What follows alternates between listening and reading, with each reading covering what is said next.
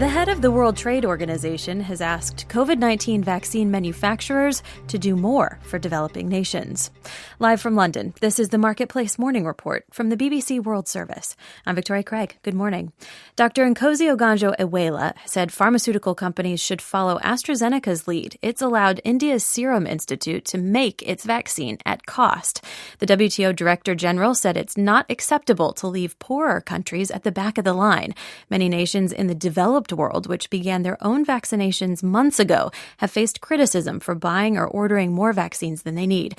But Dr. Okonjo-Iweala acknowledged WTO members are split on the issue of relaxing rules on intellectual property so that more drug manufacturers can make the shots. The BBC's Faisal Islam has more on that. Behind closed doors at the World Trade Organization, a fierce battle has raged over whether developing countries should be allowed to copy the vaccines produced by the world's biggest pharmaceutical companies. It's pitted the likes of India and South Africa, whose president derided what he called vaccine apartheid against the UK, EU and US. The Director General of the WTO, Dr. Nkosi Okonjo-Iweala, told the BBC that it was not acceptable to leave poorer countries at the back of the queue, but also praised AstraZeneca for allowing an Indian manufacturer to produce hundreds of millions of doses at cost. If we had more of that kind of voluntary licensing and transfer faster, we could save many more people. There is some capacity in emerging markets and developing countries unused now. Let's have the same kind of arrangement that AstraZeneca has with the Serum Institute. Novavax, J&J and all the others should follow suit. The Director General acknowledged that millions of doses were being donated by rich countries, but said billions more were needed. That's Faisal Islam reporting there. Well, as the World Trade Organization ponders how to more quickly get vaccines to developing nations, the World Health Organization has criticized the slow vaccine rollout across Europe. At least 27 European nations have implemented partial or full coronavirus lockdowns. France will begin its third national shutdown on Saturday.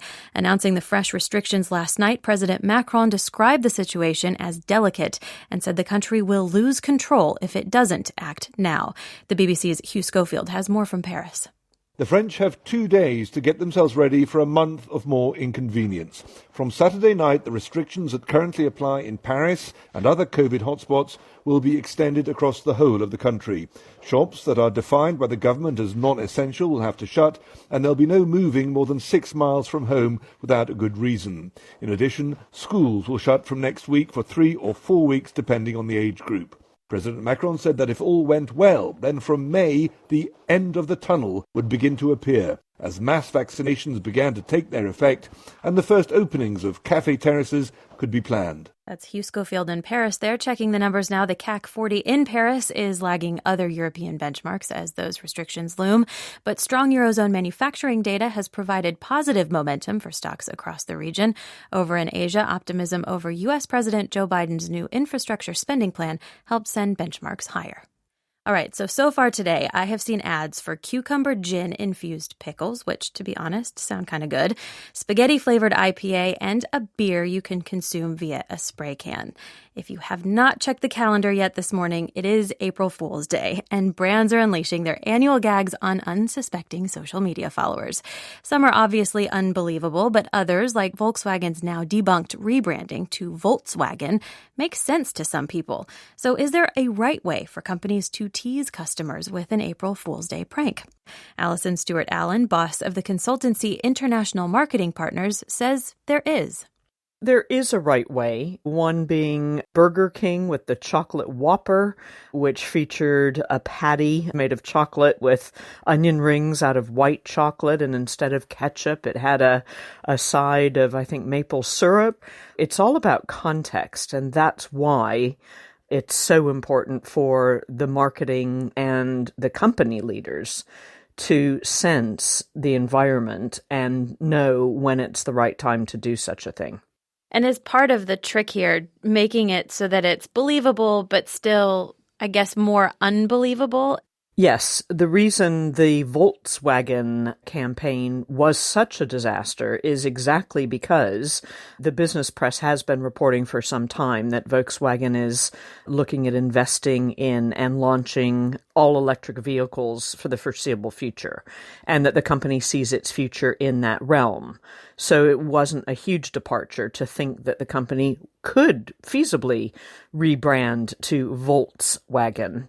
And the other bigger part of the problem for the company is the timing. So the fact that it wasn't timed appropriately to coincide with April Fool's Day is what led both consumers and investors around the world to think that this was a legitimate change of corporate name. So it missed the mark on all counts.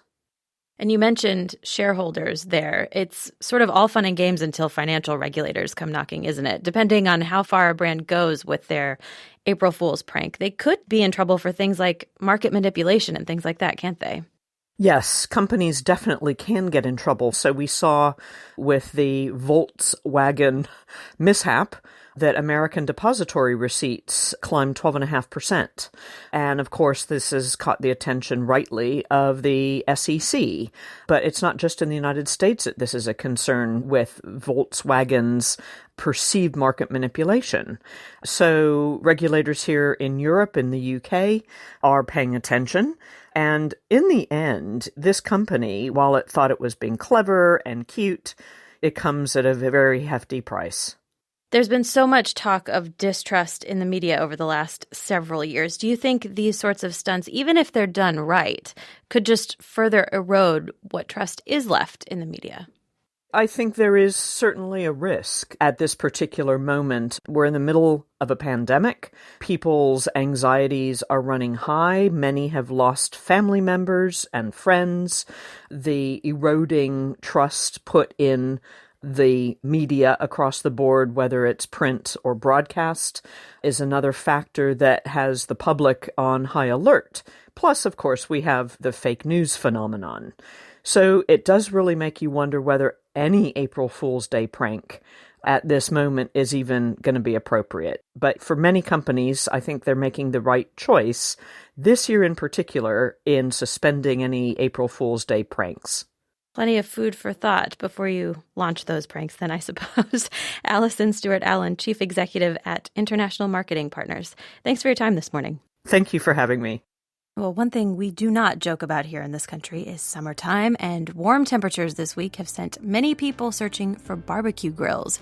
Sales are up 400% over the last year, and with pubs and restaurants here still closed for in-house dining, socially distanced backyard entertainment is on track to make this year the biggest ever for barbecue grills. Sounds good to me.